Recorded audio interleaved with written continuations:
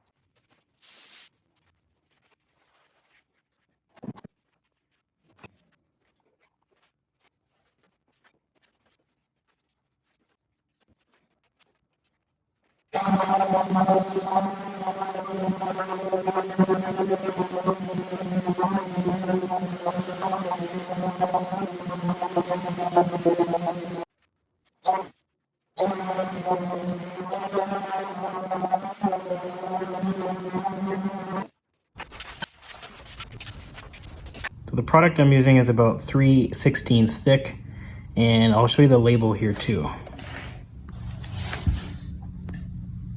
This is the label.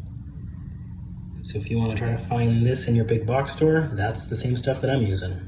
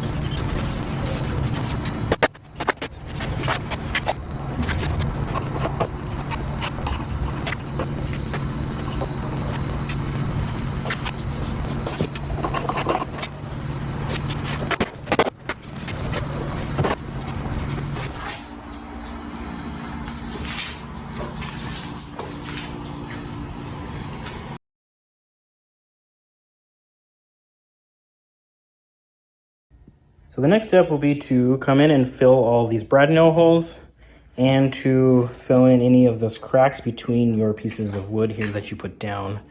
And that could be from either the door not being square or your cuts not being perfect. I probably have a little bit of both on mine here. And you can use either this fancier wood filler, which I'm going to use that for the cracks here. And I may use this, I like this plastic wood. This is just a pine color, and use them to fill in these tiny holes here. So I have an idea to try to help keep my corners nice and crisp and clean. I cut off a piece of scrap of the same exact wood, and I'm just going to put it in that corner and leave it here So when I go to apply that putty, it should keep it out of the corner. And then when I'm done and before it fully dries, I'm just gonna pull this piece out. I may take a knife and score the lines just to make sure it comes away clean. Pop this off, and it should keep any of the remaining putty out of the crack. We'll see if it works. We'll want to also sand the edges, try to get it as flush as possible. And you might even want to apply some of that filler on the edge to try to make it look like it's one solid piece. There's a spot here where the door is a little proud of the strip, but back here, the strip is a little proud of the door. So a lot of sanding, a lot of a pain in the ass, but the more time you spend on it now, the nicer it'll look once it's being hung up in your house. And before you do the strip on the other side, make sure you come through with a hole saw and cut this hole. Otherwise, you're gonna be guessing where that's at. And when you do that, put a board here, clamp it down on both sides, so act as a backer board for when you're bringing the hole saw through. You don't have too much blowout and tear out on the surface here. Although most of that should be covered by the doorknob, but still it helps keep it clean so you don't break anything, make it worse.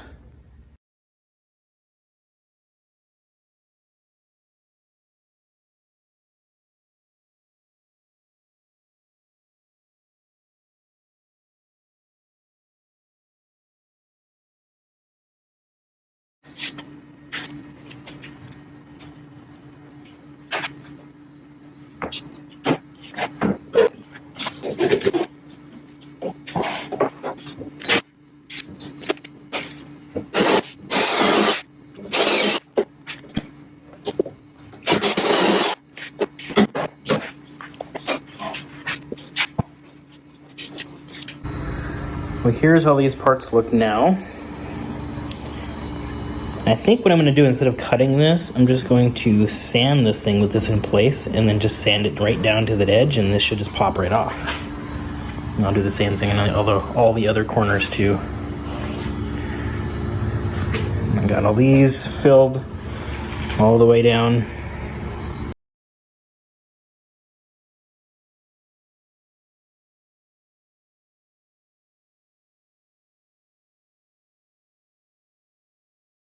Well, I think that worked out pretty well to sand with these pieces in place, and then as I got right down to the edge, I just kind of just popped these out, and we got a nice clean edge there. You can see that.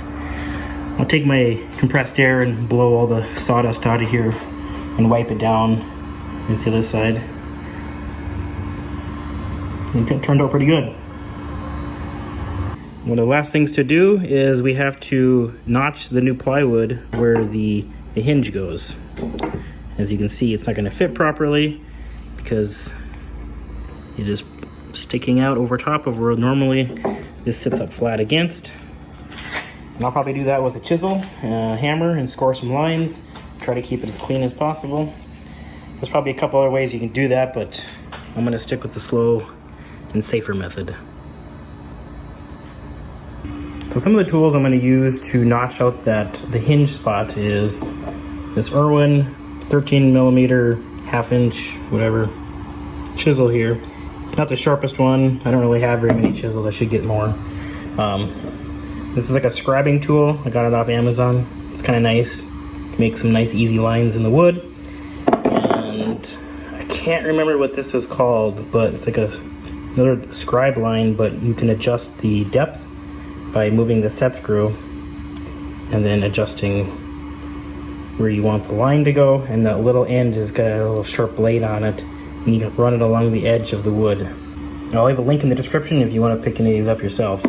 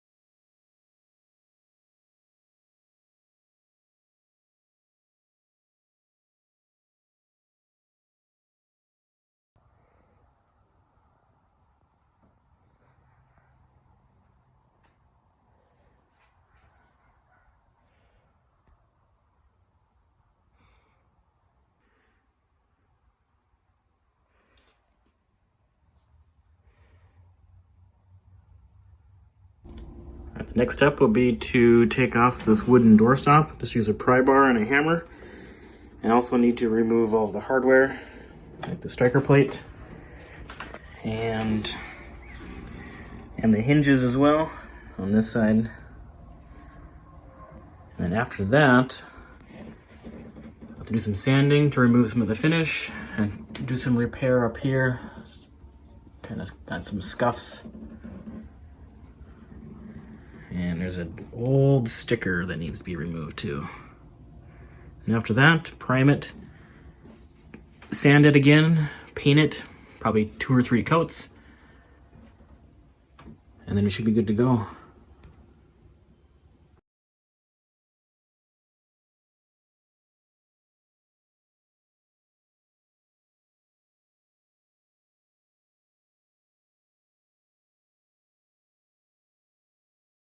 So as you can see, I got the trim pieces off here.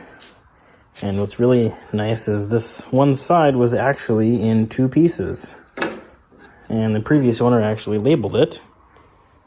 Left side of spare bedroom pour. Oh, wait, door. Anyway.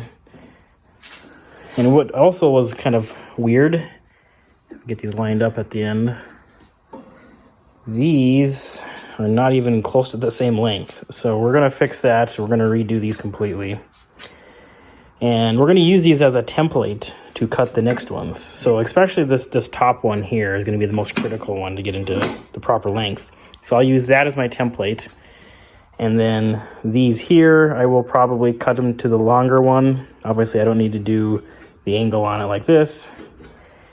But we are replacing these with some new ones. You don't have to do that. You can just, resand and refinish those if you want. But this one has a little bit more of a detailed profile on it. And the nice thing is these have already been pre-stained, so that'll save us a step. So I think the next thing we're gonna do is sand the door frames. We're gonna prime it, and then I'll probably put the door up so that I can put these on the frame itself. This way I know exactly where they're gonna go. And then probably take the door off again, including the hinges, so I don't get paint on them. And then paint all the door frame and this door stop. And hopefully make everything look nice and brand new. And then put the door back up and install the doorknob. And then we should be done.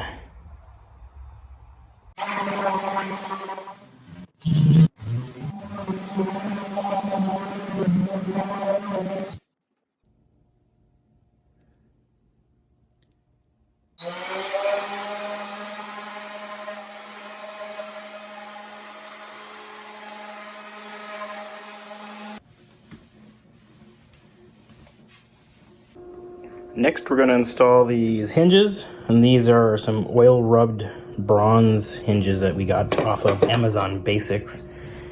Same for our doorknob. And this is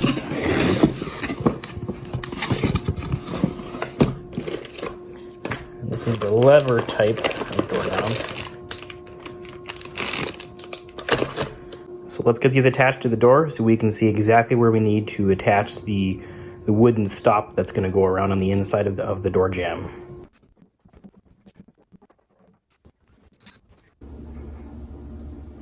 Okay, I got the door hanging. I just have 1 screw for now. I think that'll be good enough. But it swings.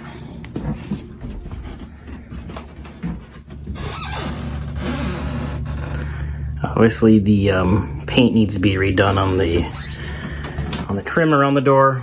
Eventually we're going to be redoing that trim anyway, so I'm not too worried about it at this point. It's just to get the door done itself.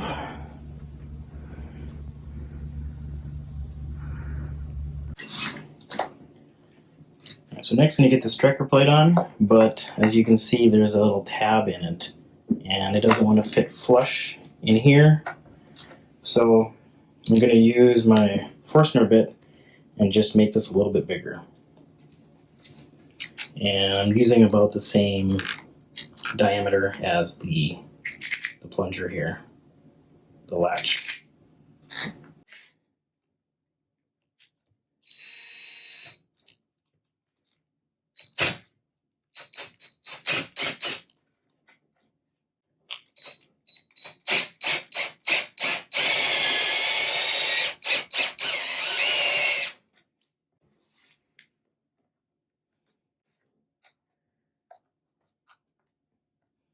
Feels pretty good.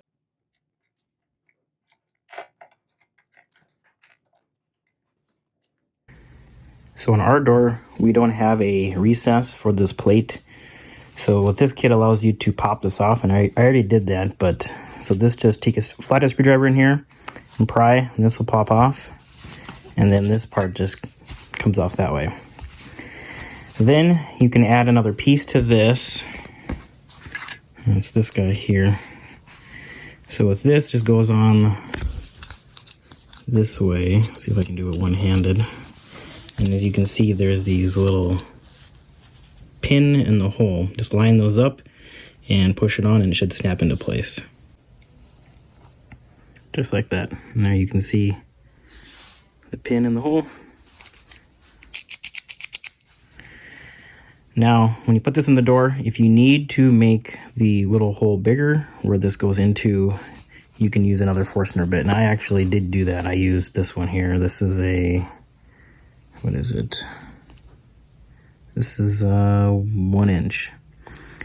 So if you need to do that, this will open it up a little bit and make this slide in a whole lot easier because you don't want to put too much force on it and hammering it in. This way, if you need to take it out, it's much easier to take out.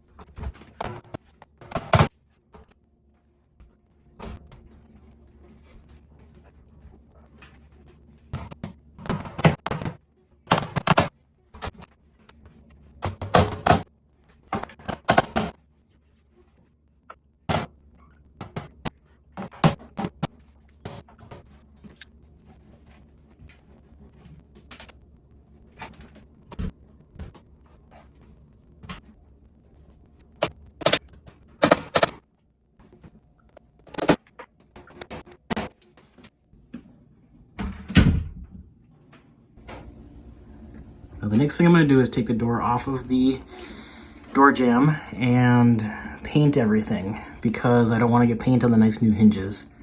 And looking in here, you can see that originally the hinges were a square and these are rounded. So I'm going to paint the back side of this too, just so it kind of lessens the amount of raw wood that is showing.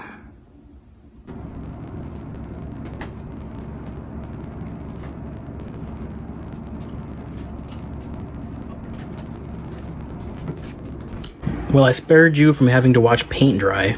So this is after 3 coats of paint. And at the floor, I did put some masking tape down just to help cover up some blobbers so that I can paint underneath here. I left about a 1/2 inch gap. Okay, it's time to wrap this project up and get this door hung.